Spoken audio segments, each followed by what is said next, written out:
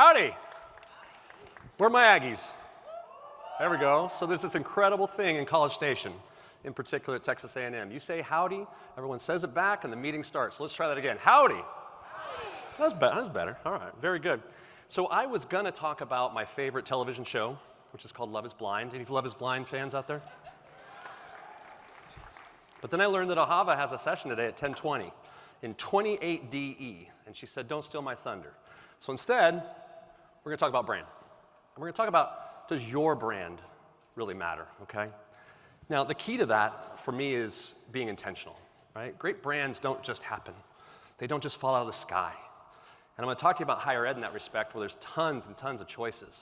And what we've learned is that the great brands are built on great strategy, their great insight, the positioning, and of course, the story. Now, Robert already hit one Steve Jobs quote, and I wouldn't be doing justice to it if I didn't have at least one or two in my deck, so we'll start with this one. But it's a chance, right, to make memories with your brand. And in '97, Steve came back to Apple. At that time, Apple was 8,000 employees. It was $7 billion in revenue. It was about to go bankrupt. 3 years later, they turned a profit for the very first time. But when he addressed the group, and I encourage you to watch this on YouTube, I usually show it, but we're a little short on time on this one, he's got some amazing quotations. But this first one is my favorite. And he says, in 1997 again, mind you, marketing's about values. It's a complicated and noisy world. And we're not going to get the chance to get people to remember much about us. No company is. And so we have to be really clear about what we want them to know about us. Again, 1997. Think about the noise and the fracture and the friction and the choice that we have today, 2024. He's saying this in '97. So we have to be really clear about what we stand for and what we want them to know about us. So I'm going to talk about brand.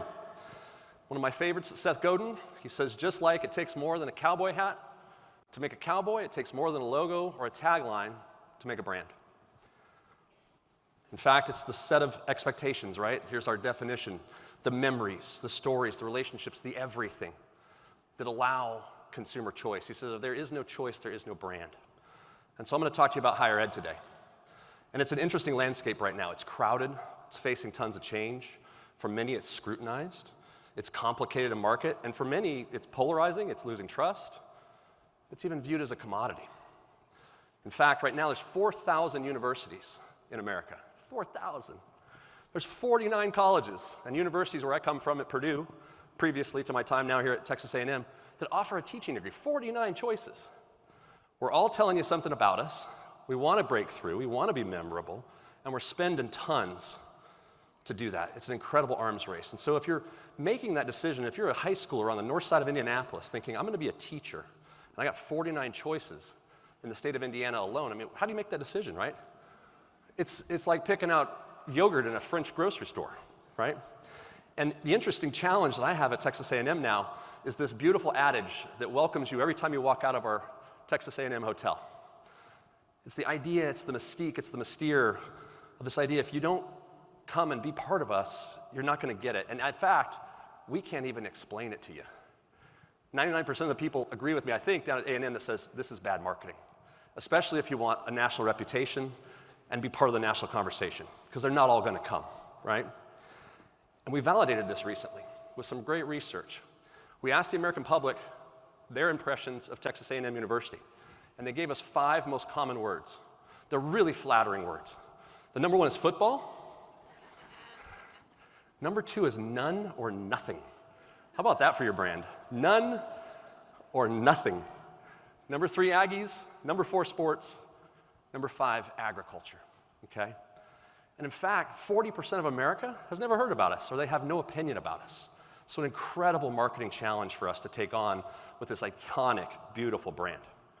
Now, the fortunate thing for me is I have the finest president in America in higher education today, General Mark Welsh, 4-star general, former Joint Chief of Staff for the Air Force for Obama, led 700,000 troops, led a budget of $170 billion. He's got a great answer as to what we need to be known for, what the 5 words are. Let's take a look. The school is recognized worldwide, and I know that is a major challenge for you to continue to make progress here. Yeah, it's really not a challenge, Paul. It's a joy. A&M is about all the corny things that really matter to you as an individual. It's about pride and patriotism and faith and family and loyalty and respect and honor and courage. That's what this university is really about. It's got this iron rod of pride right at the center of things, and it's wrapped with history and tradition and legacy, and it creates this spiritual pillar that all of us lean on here. And we kind of lean back when things aren't going well, get our breath, and then, okay, let's go fix it. A&M matters because it stands for something, and Aggies leave here and they go stand for something. And so they matter in their communities, their cities, their states, their nation, the world. We need more Aggies everywhere. Mark deeply gets this idea that if we're going to extend and deliver our brand externally, we first have to understand it incredibly well internally. And we talk about this a lot. I love this Adam Grant quote, but he says, hey, be less worried about just being on brand. Be more worried about getting in character. If I said, let's get in character and go work for Southwest Airlines, you could get there pretty quickly, right? The essence of freedom, bags fly free, you can sit wherever you want, at least for now. But if I told you, let's go work for Delta, it'd be a different exercise, right? Getting in character. And so if there's one word I want you to remember today, it's my favorite word in the English language, and that is to enchant. My former team at Purdue thought I was a Disney princess when I brought them to, and said, what are you talking about, Ethan? But look at this definition. The idea to rouse and attract an ecstatic admiration and demand for something. Isn't that what we're supposed to be doing? Isn't that marketing? Rousing and attracting an ecstatic admiration and demand for your product or your service, et cetera. Now, we're in a world where people think it's easy, right? Dilbert says that marketing is just liquor and guessing. So we're transcending that. We're working through those stereotypes. I've got my CFO here on the screen. That's when I asked for the first budget last year at A&M. But Kotler makes it really clear. He says, hey, you can learn this in a day, right?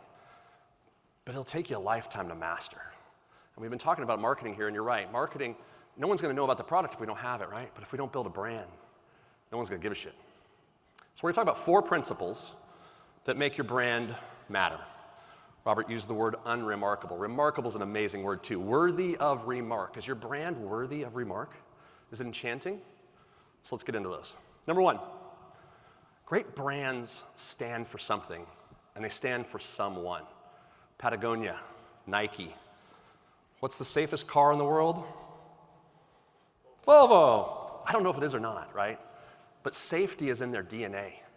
The inventors of the 3-point seatbelt, the inventors of the rear-facing child seat. With the seatbelt, they waived the patent to it so everyone could use it, saving millions of lives. And then they continued on. The booster seat, airbags, and the first to deploy side airbags. They stand for something. Dove stands for something. I love what Roger Martin says here. He says, hey, heed my words. If we play broadly and we win nowhere, if we have capabilities that mirror everyone else, our aspiration is to be mediocre. And Bill Harper goes even further with Kmart here. I love this. If we think about Kmart, right, what did they stand for? Nothing. Was there a clear reason to choose them? There wasn't. They didn't keep up. And thus we see them, we see Blockbuster, we see others. Then Seth goes on and says, let's talk about the someone, right? No one cares, that rarely happens. That's hopefully a pretty bad product. But someone cares, that's the key, right? It's never the everyone. It's the someone is enough. In fact, that's the point. I love this idea from Kevin as well here, this idea of brand citizens. The dynamics of that connection are rooted in understanding our brand and connecting it to a constituency that follows. That's what it takes to be successful, a bridge between your self-awareness of the brand and the audience motivation. It's Ross Simmons who says, we don't create demand, we channel it. And so I haven't been to a Texas Roadhouse in 20 years, but every time I drive by, it's busy. They've found a someone. Sometimes that changes over time. Some folks love TJ Maxx, others love Nordstrom. Who loves Southwest Airlines? You're their someone. Who hates the cattle call? Who hates Southwest Airlines? A few. I can't say that as often in Texas and shouldn't. Maybe Delta's for you, right? Brandon Bastide gave us a great compliment a couple of years ago. At Purdue University, we froze tuition. We're in the 13th year of freezing tuition. It's the same price as it was in 2012 at this point in time. $99.92 for in-state students. He said, this might be my favorite ad of all. Giant leaps, not giant debt. 27 astronauts at Purdue, including Neil Armstrong. We know who we stood for and who we were aimed at. And the idea is as well, great brands repel as many as they attract. When you see Mark Cuban there on the stage, do you see a whiner or do you see a winner? And how many of you are wearing Axe body spray today? I've never gotten a hand. I don't know why. It's weird. Maybe your kids. I don't know. So I'm going to show you a video here. This is our new institutional spot at Texas A&M. It's been out for 7 weeks. And the quest of that was really a 7-iron right down the middle of what do we stand for. 7 weeks on the market, 14 million views today on YouTube. With a 97% view rate, this has taken us by storm. Let me show you. What does Texas A&M University stand for? We stand for excellence, respect, and loyalty. We stand for leadership, integrity, and selfless service. At Texas A&M, we stand for 4 straight hours. And we always stand ready. We stand up for others. Stand in when others won't. We don't stand by, and we won't stand still. Texas Aggies have always stood where duty required us to stand. We stand for something bigger than ourselves, and we stand stronger together. At Texas A&M University, we know what we stand for. Come stand with us. So number one, what do you stand for? Thank you. And who are you for? Okay. Number 2. Great brands offer outcomes, not just features. And no one does it better than Apple, right? Whether it's 1,000 songs in your pocket, whether it's shot on iPhone. Tony Fadell, formerly at Apple, says you want to be a painkiller, not a vitamin. If you're in pain, everybody takes their medicine. Everybody forgets their vitamins on a daily basis. Be a painkiller, not a vitamin, right? It's not what we're selling, it's what the customer's buying. What they're buying is who they can be as a result.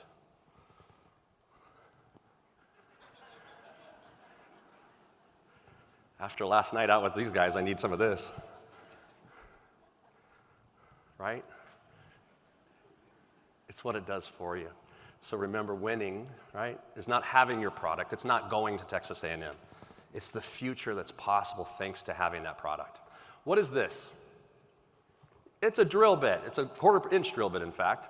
What do you do with a drill bit? You make holes, exactly. So it's not about the drill bit, right? It's about the 1/4-inch hole. Well, Seth Godin does a great job. He goes further. He says, actually, it's not about the 1/4-inch hole. It's about hanging the shelf on the wall. Actually, no, it's not. It's about getting the wedding photos that have been sitting on the floor for the last 6 months up on that shelf in our bedroom. And in fact, no, it's not. It's about gaining the appreciation and love and trust of my wife when I do that, right? It's not about the 1/4-inch drill bit. It's about that emotion and that connection that the outcome creates. Sometimes those change.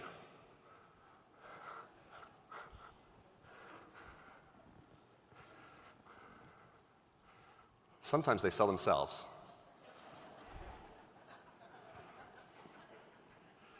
And sometimes the outcome is different from customer to customer. Let's watch this.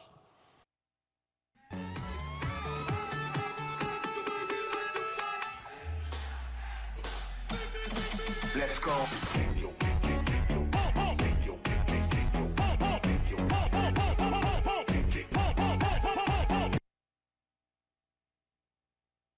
Job done. So let me show you my favorite video ever. This is from Google, who does an incredible job of showing us the outcomes, not the features of their products.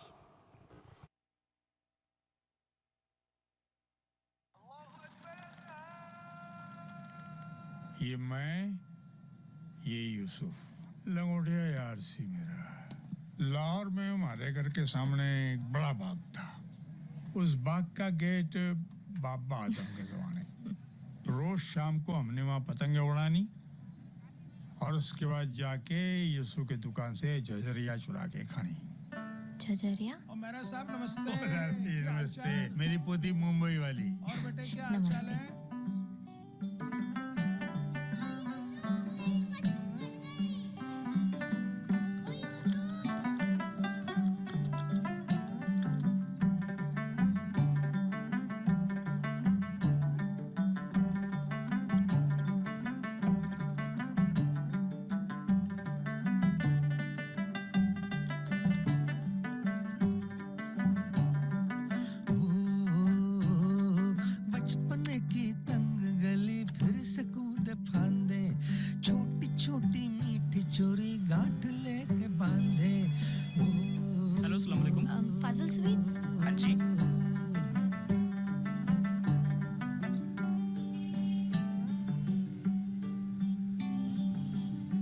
दादाजान, Delhi से किसी की call है। Hello, Yusuf uncle. कौन? जी मैं सुमन बोल रही हूँ दिल्ली से, आपके बचपन के दोस्त बलदेव जी की पोती। याद है बचपन में आप दोनों झझरिया चुरा के खाते थे? बचपन की तंग गली फिर से कूदे फांदे, छोटी छोटी मिट्टी चोरी गांठ लेके बांधे। एक पतंग सा उड़ता था परिंदों की तरह, परिंदों की तरह, परिंदों की तरह। एक दौर था मन मन मोर था, एक दौर था मन मन मोर था। पार्टीशन के वक्त हम रातों रात हिंदुस्तान आ गए। दादू यूसुफ दी बड़ी आजादी। कागजों की कश्तियों में डूबा रहता था, झांकती खिड़कियों में उलझा रहता था। वो भी क्या दौर था, मन पे न जोर था। एक दौर था मन मन मोर था, एक दौर था मन मन मोर था। भैया थोड़ा जल्दी। मन मोर।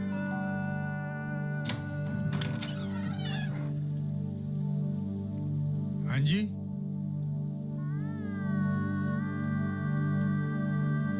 कौन?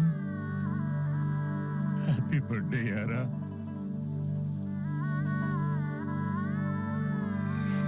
यूसुफ, यूसुफ, वो यूसुफ, वो मेरे बल्लू,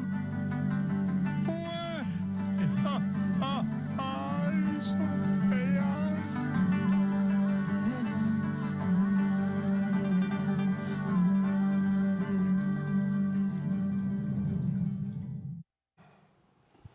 Gets me every time.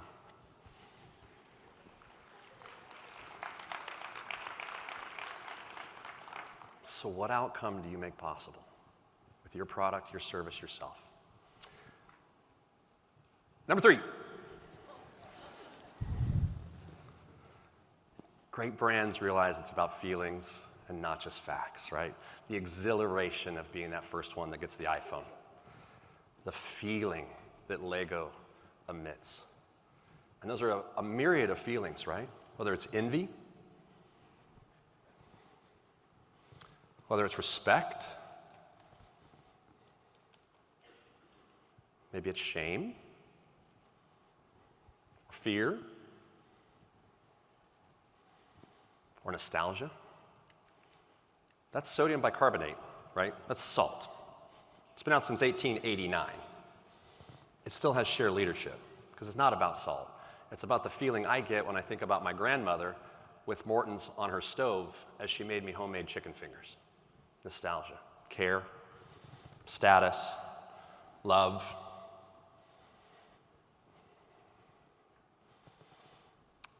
And I love this idea of tattoos. July 17th is National Tattoo Day. We featured it at Purdue University with all of the Boilermakers who had literally painted themselves, paid to paint themselves with our brand and walk around as billboards. But Seth says, hey, nobody gets a Suzuki tattoo, right? Anybody got a Suzuki tattoo in here? If you do, please hold it up. I really want to see it. But thousands of people, right, get Harley tattoos. Those are the most tattooed brands in the world on the right there. Disney, Nike, Louis Vuitton, et cetera. So when it comes to Purdue, where I came from, we realized we had to turn up the dial on the emotion. Higher education is an emotional space. Colleges, universities, they change lives. And we want to invite you to come have that experience with us. So this is the institutional spot that we released 2 years ago at Purdue. Today it sits at 30 million YouTube views. Let's take a watch.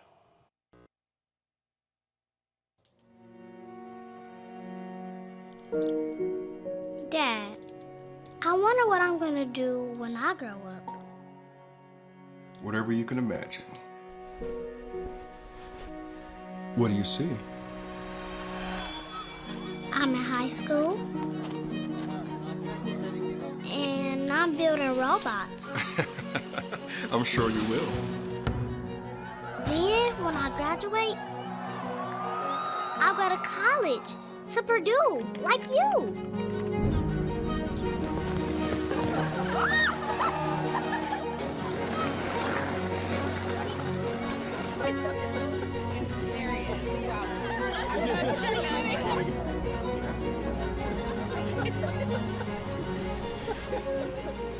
I can study rockets. Sure. Or computers. Mm-hmm. Or music. Of course. Or dance. Ah, that sounds fun. And horses. I'll make a bajillion new friends and play the world's largest drum. Okay.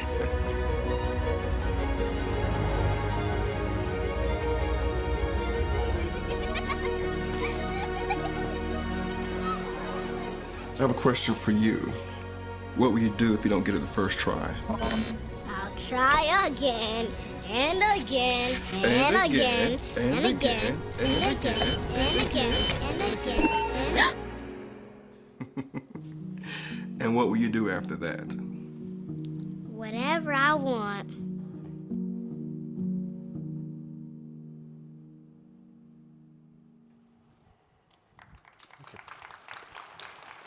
Thank you.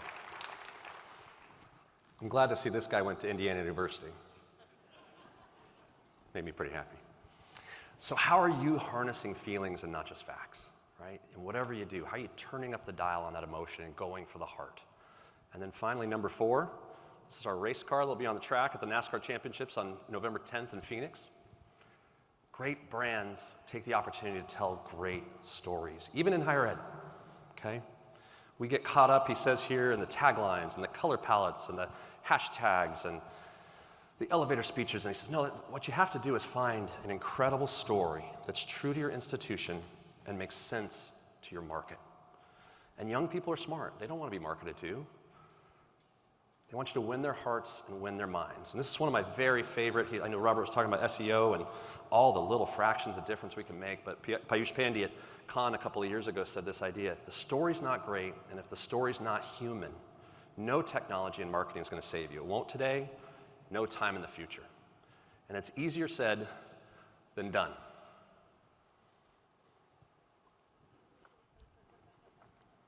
But the reality is it's there, and if you haven't found it, go find it. Who knows the Warby Parker story? It's an incredible one, right? Young man breaks his glasses. Not only were they too damn expensive to replace, he squinted for 6 months and then said, hey guys, let's go create a glasses company. Let's make them amazing. Let's make them non-insane prices. Let's make them fun to shop for. And then let's give away a pair each time. What an incredible story. And what'd that take me? 10 seconds? And Chris Sacca, former Google employee, investor in Twitter, Uber, Kickstarter, et cetera, even Chris Sacca said this great quote: good stories beat good spreadsheets. Whether you're raising money, pitching your product, selling the company, whatever it may be, we're still emotionally driven human beings. We attach ourselves to narratives. We don't act because of equations. We follow our beliefs, and we get behind the leaders who stir our feelings. Let's look at one more example of how that plays out.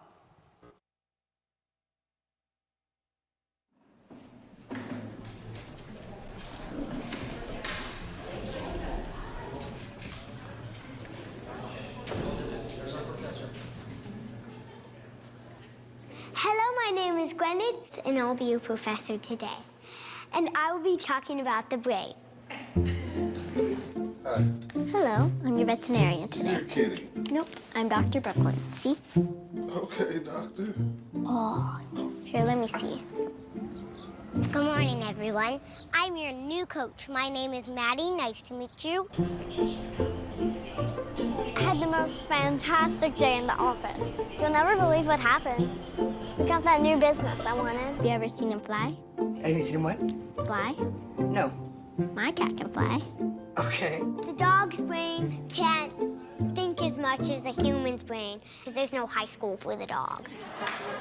This is Peter, the Triceratops. Peter is 1 year old. The T-Rex, Sally, is 1,002,252 years old. Knees up like a unicorn.